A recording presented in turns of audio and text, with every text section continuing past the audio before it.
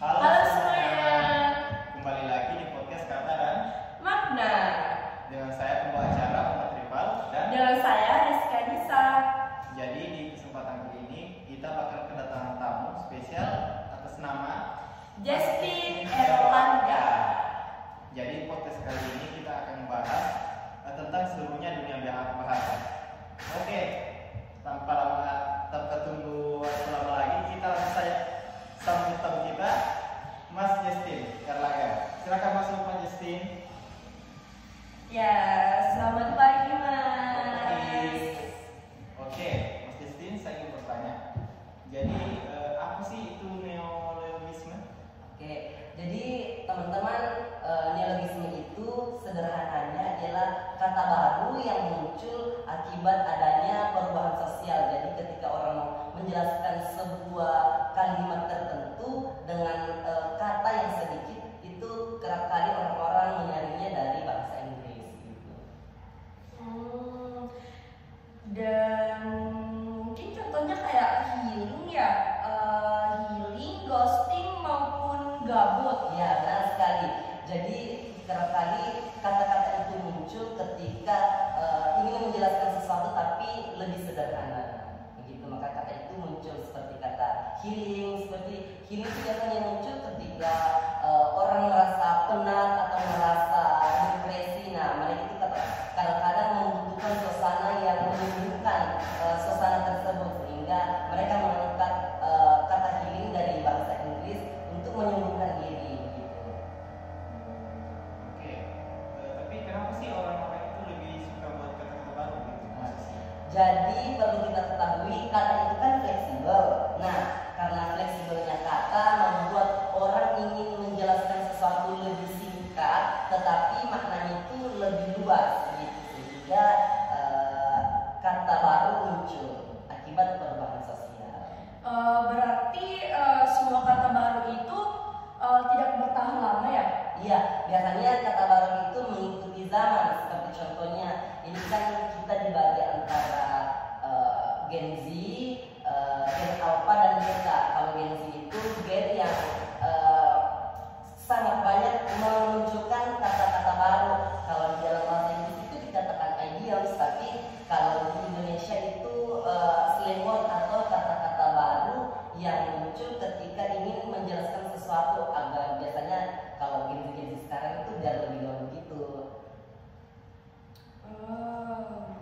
Sampai sini saya mungkin cukup paham dari penjelasan pemateri pada hari ini. Nah, kan tadi pemateri mengatakan bahwa banyak neologisme itu dari bahasa Inggris ya. Nah, dari pertanyaan saya pada hari ini itu apa sih masalah itu? Ya, jadi pada neologisme yang diangkat dari bahasa Inggris itu ada dua yang terjadi. Bisa saja itu menjadi masalah, bisa saja itu menjadi manfaat. Dia menjadi masalah ketika bahasa lokal tenggelam oleh bahasa Inggris yang diangkat, tetapi dia menjadi bermanfaat ketika itu untuk memperbanyak bendahara kosakata kita, begitu. Jadi ada dua kemungkinan. Kemungkinannya bisa bermanfaat, kemungkinannya bisa menjadi masalah ketika bisa menenggelamkan bahasa lokal itu sendiri, gitu. Oke, Mas Justin, jadi neologisme itu cerminan zaman gitu. Iya, begitu. Jadi neologisme itu cerminan zaman. Ada ketika setiap zaman itu akan ada fase di mana ada bahasa baru, ada kebiasaan baru, dan setelah bergantian zaman, karena kan berganti biasanya sekitar 100 tahun itu akan berganti zaman lagi. Jadi zaman berikutnya mungkin ada kebaruan apa lagi untuk dunia sosial masyarakat begitu. Wah, seru juga ya obrolan-obrolan kita pada hari ini. Mungkin ada satu pertanyaan lagi yang mungkin masih ada di pikiran saya ya. Apakah neologisme ini sangat berpengaruh besar ke masyarakat? Atau ujung-ujungnya nanti akan berdampak juga pada sosial media? Jadi perlu yang kita ketahui, sekarang kan zaman teknologi itu sudah canggih. Orang-orang sudah banyak sekali berkomunikasi melalui teknologi, khususnya dunia media sosial. Nah, di media sosial itu masyarakat turut andil menjadi masyarakat media sosial, namanya itu netizen.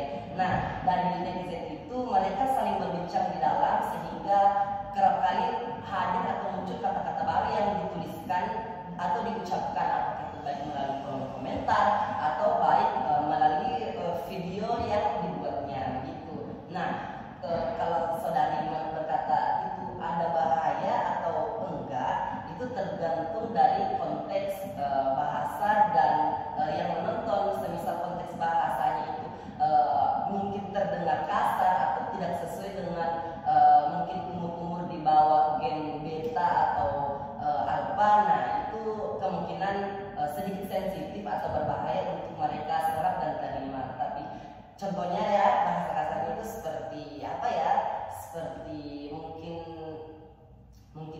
ya bahasa singkat yang menuju pada nama hewan. Nah, itu kan kerap kali muncul di dunia games juga ada. Nah, itu bisa saja menjadi sebuah masalah untuk masyarakat. Nanti kan kemungkinan karakter gen alpha ini terbentuk dari media sosial, itu kan bisa bahaya. Itu kita perlu memilah dan memilih tontonan pada anak kita gitu. Wah, seru juga ya pembahasan kita pada hari ini. Saat sudah dilihat dengan jelaskan, pemateri kita ini sangat mengulik sekali dari pembahasan materi pada kali ini. Mungkin itu saja